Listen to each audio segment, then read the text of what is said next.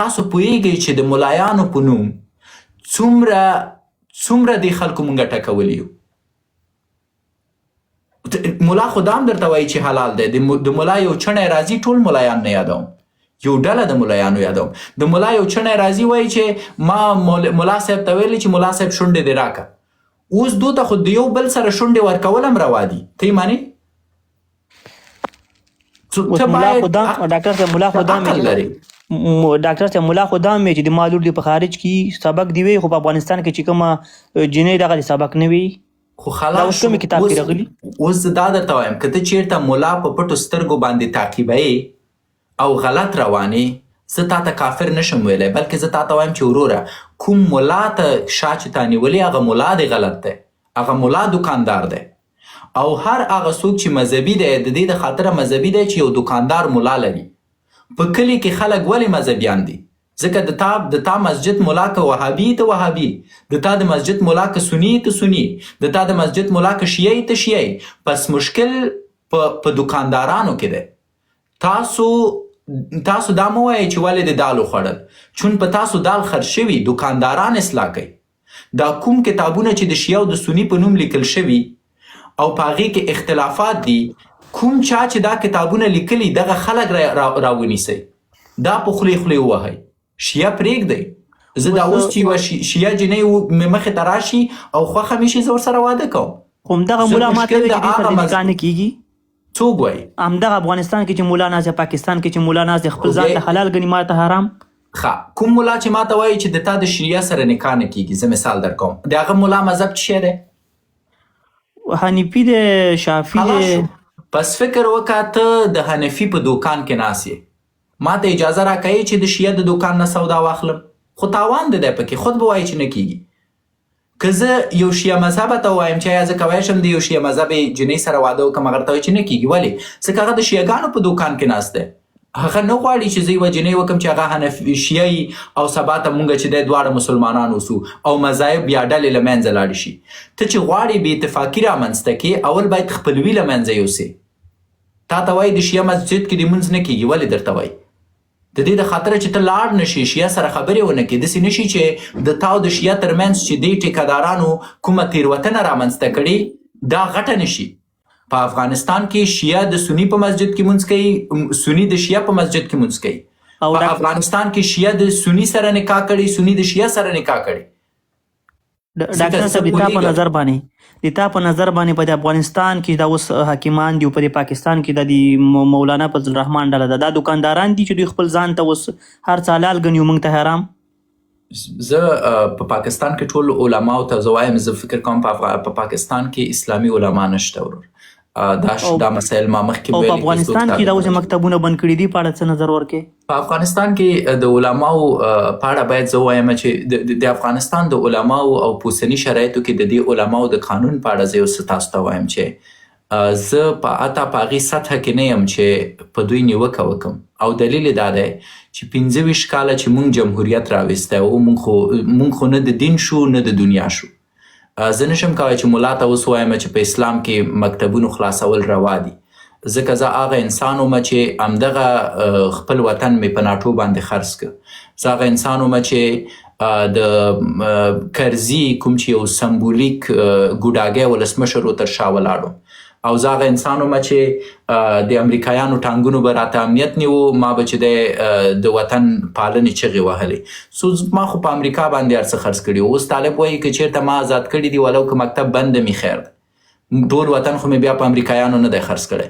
نو کله چې موږ د علماو په اړه غږیږو، بیا د هغې علماو په اړه پرېکړه کوو، د افغانستان د علماو په اړه، دا به لږ سخت دی. هغه علما مکتبونه دغه جهالت دورې ته مونږ نه ځو چې په 1400 کاله مخکې به لور راخسته، په خپل لاس به ورته پلار کنده ایستله، په خاوره کې به یې اچوله، بل چاته به یې نه ورکوله.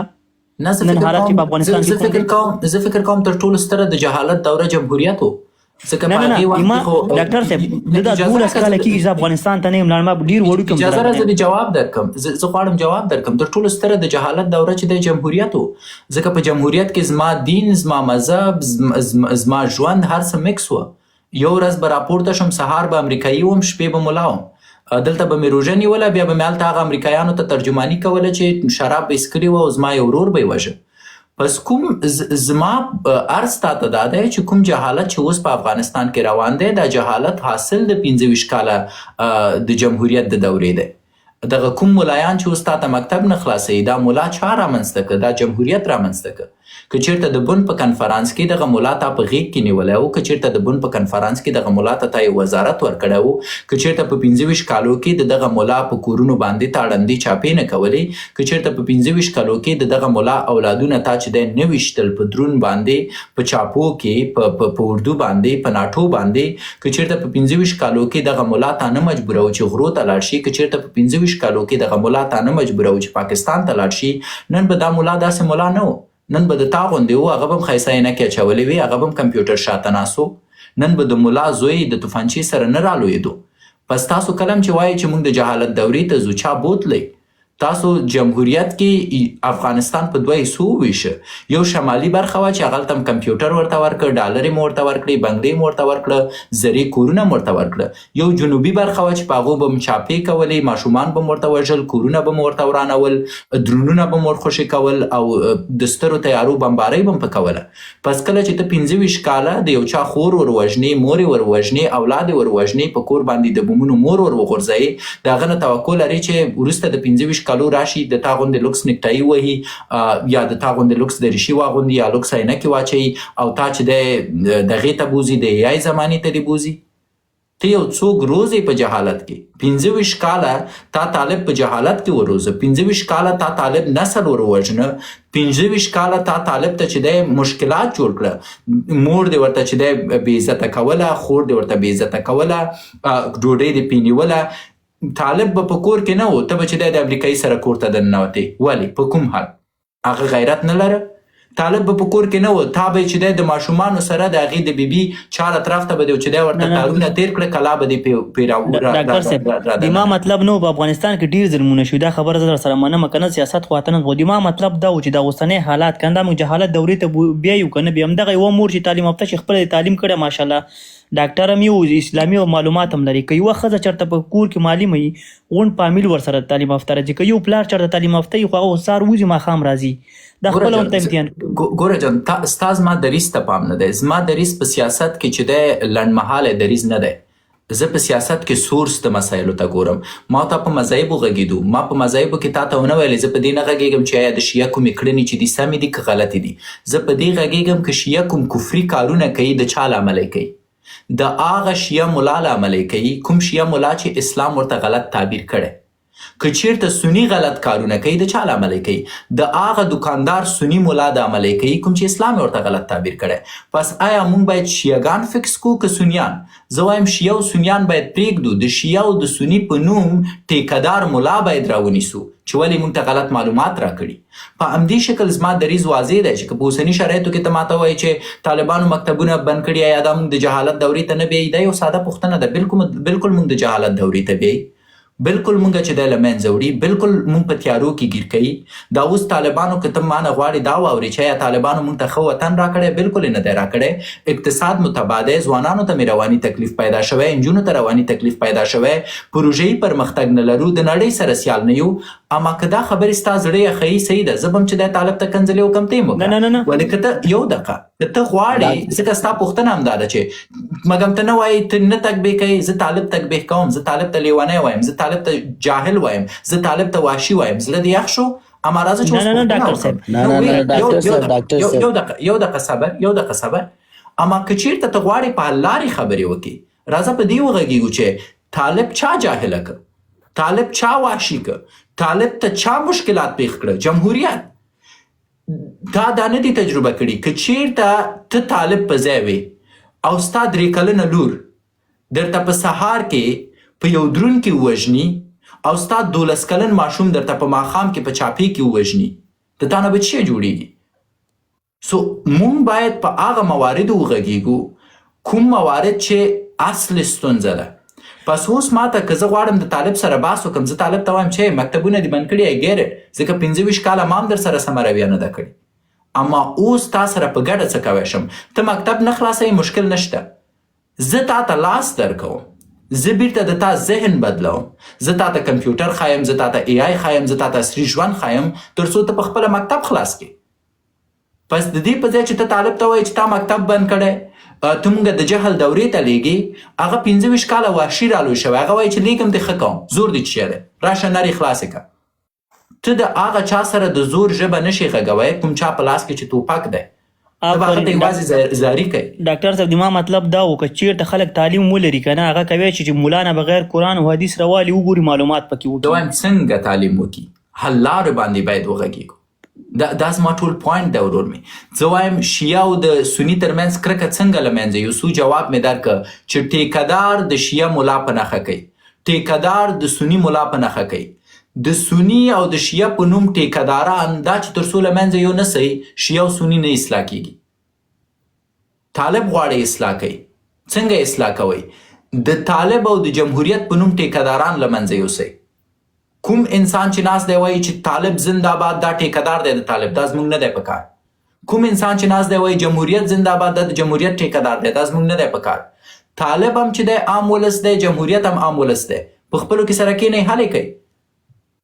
ولې دننه په افغانستان کې 300 مشران ستاسو دومره جرأت نه لري چې لاړ شي کندهار ته د هیبت الله سره کینی وایي چې مکتب خلاص کوي چون موږ خپل منځي اتفاق نه لرو په ډلو ویشل شوي یو. جمهوریتیان په افغانستان کې په دې تمه دي چې کله فرصت برابر شي چې زه طالبان له منځه یوسم او طالبان په دې شک کې دي چې دا خلک باید کنټرول شي داسې نه شي چې سبا د موږ په ضد راپورته شي. سو موږ باید دغه شیان له منځه یوسو ورور. او ډاکټر صاحب مننه تا نه چې وخت دې راکړې یو جهان مننه او یو خبره کوم ډاکټر صاحب دا لاندې مرګري لیکي جمهوریت او امارت قسم د دې ما 12 کال زه افغانستان ته نه یم لاړ ډېر وړوکی چې افغانستان نه راوتلی یم نه جمهوریت طرفدار یم نه د امارت هغه سړي طرفدار یم چې افغانستان ته د ځورېدلي ملت ته کار کوي. سو موږ لګیا کېږو په ځان کار کوو او طالب هم شرمېږي چې یاره دا خلک خو په ما نیوکې نه کوي ما مکتب ور بند کړی دا بیچاره ناست دی په نیمه شپه کې د کار نه راځي ستړی ستومان خپل لور ته درس ښایي پس ولې مکتب خلاص نه کړم. سو مونږ چې کله تېروتنې راواخلو په ځان یې واچوو مشکل حلیږي. د شیعه او د سني ستونزه چا را پیدا کړي ما را پیدا کړي زه ځان ته سني وایم شیعه ته کافر وایم خو ډلې به خود جوړیږي. خو چې کله په کوم ملک کې ډاکټر صاحب جهالت په کوم قوم کې زیات شي هغه تعلیم او قلم لاره پرېږدي هغه بیا داسې هغه پیرانو پسې ملایانو پسې ځي چې په غلطه به روان وي. که چېرته سړی تعلیم ولري ښځه او یا نر هغه کوی چې بغیر د مولا نه که نه خپله لاره پیدا کړي خو چې ته داسې دا ملت په تیاره کې پرېږدي هغه صورت کې بیا تا پسې یو ځل بیا هم وایم جان مې د تیارو نه د وتلو لار یوازې ستاسو په لاس کې ده. هیڅوک تاسو رڼا ته چې دی نه لیږي مګر دا چې تاسو په خپله د رڼا په لور لاړ شئ. دا زما یو نصیحت دی چې تاسو ته یې کوم که چېرته په دې تمه ناست یئ چې طالب دې ما د تیارو نه وباسي جمهوریت دې ما د تیارو نه وباسي د سني په نوم یو ټیکهدار ملا دې ما د تیارو نه وباسي داسې نه کېږي. تاسو که جنت ترلاسه کوئ په خپل عمل ترلاسه کوئ که جهنم ترلاسه کوئ په خپل عمل ترلاسه کوئ. نه مني د دې جواب زه غواړم. تا ووې چې مونږ یا قرآن مانو دی یا مني زه درته وایم چې ما بد وکړه ته صحیح یې ما نه غلطي وشوه ما بد وکړه زه وایم چې صحیح ده دغه بدر راغلی ما ته وایي چې شکیب دا خلک قرآن نه مني او زه ته تا سره منم چې دا خلک قرآن نه مني. د تا نه مې یوه پوښتنه ده چې دا شیعهګان ولې قرآن نه مني؟ نو خدا خو تا ویلي وو چې قرآن نه مني خدا پوښتنه خو زما کار ورور ته په پښتو پوهېږي او زه خو صحیح په پښتو پوهېږم تا ویلي وو چې زه تا ته وایم چې ته ما ته وایې ګلبدین د کور نه راوځي زه درته وایم چې ولې د کور نه راوځي ته باید یو دلیل راته وایې چې خپۍ خوږه ده د باندې ساړه دي د سپي نه ډارېږي سپی خوشې دی ته بیرته ما ته چې دی بل شی وایي. زه وایم چې شیعهګان قرآن نه مني ته یې منې زه یې منم زه نه یې مني ولې نه مني؟ خو دا خو لکه تا ووې که نه چې مونږ یا منو دی یا مني دواړه به په قرآن ځو زه درته وایم چې دی نه مني. ملګری شته دی چې دغه ملګری زما په پوښتنه پوهېږي په لیاز د خدای دغه درې نه هغه کوي دا دعوه کوي چې اصلي قرآن چې کوم ده هغه امام مهدي سره ده او امام مهدي چې ده په غار کې ده او هغه سره محفوظ ده او هغه چې کله راوځي دا خبره چا کړې ورور مې یو دقیقه دا امام مهدي خبره څوک کوي؟ دا شیعهګان کوي. کوم شیعه په کوم کتاب کې کړي؟ د شیعهګانو په ټولو کتابونو کې د شیعهګانو یو کتاب نوم واخله ورته په دغه کتاب کې ده ما ته سپیسیفیکلی معلومات نشته چې په کوم کتاب کې ده، خو د شیعاګانو ستا د کوم ځای نه اورېدلي چې دا د شیعاګانو په کتاب کې ده؟ مثلا ته پوهېږي چې دا د شیعاګانو په ټولو ما خپل کتابونو کې ده؟ شیعاګانو سره خبرې پرې یو دقیقه، ته په دې پوهېږي چې دا د شیعاګانو په ټولو کتابونو کې ده؟ شیعاګانو سره د خپله خبرې هم کړي، ماشاءالله سبحان الله، اما د یو نفر نوم نشي اخیستی چې په هغې ځای کې ذکر شوي، په کوم کتاب کې ذکر شوي؟ ګوره اوس دغه کوې دا به درته زه در سره کومک خو ګوره ما صبر زه در سره کومک کوم. دا خبره فرض کوو په یو کتاب کې ذکر شوې ده د هولولو په نوم، او فکر وکړه دا د هولولو کتاب دی. د هولولو په کتاب کې وایي چې تاسو اوسنی قرآن مه منئ، او دا د شیعاګانو تر ټولو معتبره کتاب دی. دا د هولولو کتاب چا جوړ کړی؟ زه مؤلف ګورم الدوستم المحققین جوړ کړی، صحیح ده؟ اوس د تا دښمني دغه د فساد جړ چې شیعاګان قرآن نه مني، دا د فساد جړ چا رامنځته که؟ د فساد چا رامنځته که؟ دغه کتاب هولولو په نوم رامنځته کتاب رامنځته او او هولولو په نوم کتاب چا چې دی لیکلی؟